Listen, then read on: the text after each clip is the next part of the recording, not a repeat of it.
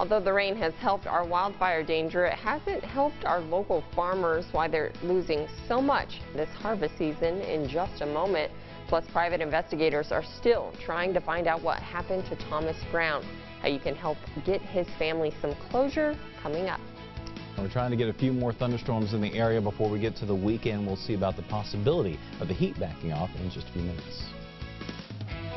Live from your local news leader, KAMR Local 4's Today in Amarillo in high definition starts now.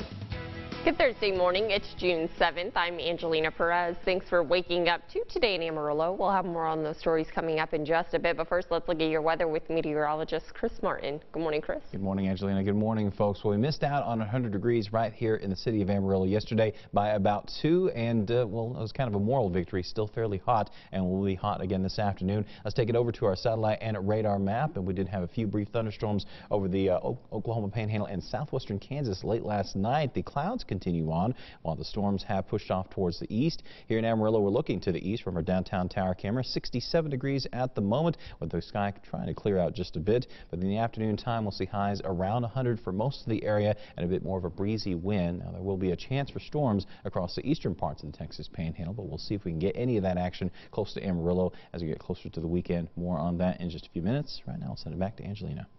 Thanks, Chris. A 3-year-old child is shot in her Amarillo home. Police were dispatched to the 100 block of South Bellevue on reports of a shooting.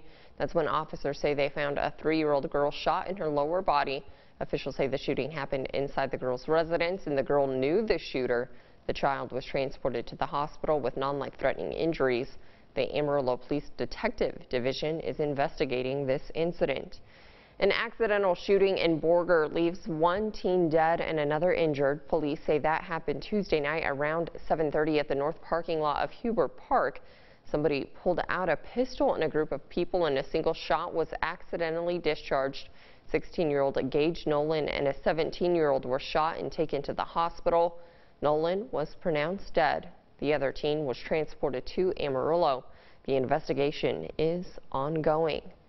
Private investigators will be in Canadian asking for information to help them find missing teen Thomas Brown. They are asking if anyone has any information that they could offer Thomas's family closure to let them know. They will be setting up an anonymous system to take your information and will contact you while they are in Canadian.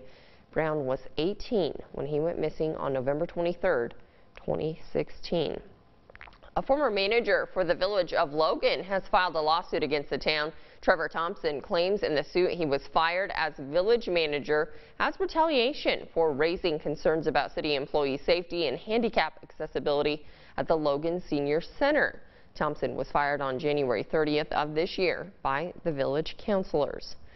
It's harvest season, and despite the recent rains we've seen in our area, ag experts say dry land wheat crops have taken a major hit.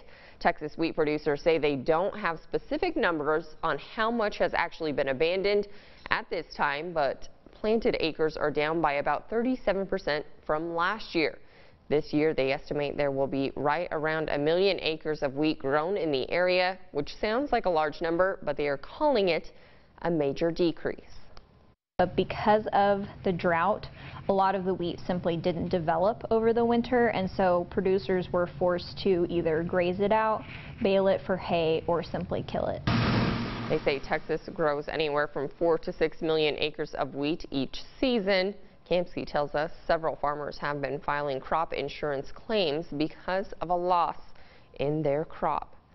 Their diagnosis may be different, but it's the fight that brings them together. Fighters and survivors of all different types of cancers will be joining forces for the Our Colors Run Together 5K. That's in today's heart of the High Plains. The run is held to celebrate, remember, and honor all the men, women, and children affected by a cancer diagnosis. Funds from the event will stay local and benefit the Harrington Cancer and Health Foundation. They work to provide help to cancer patients when it comes to medical bills and even getting to medical appointments. You can register online. It's June 16th from 6 to 9.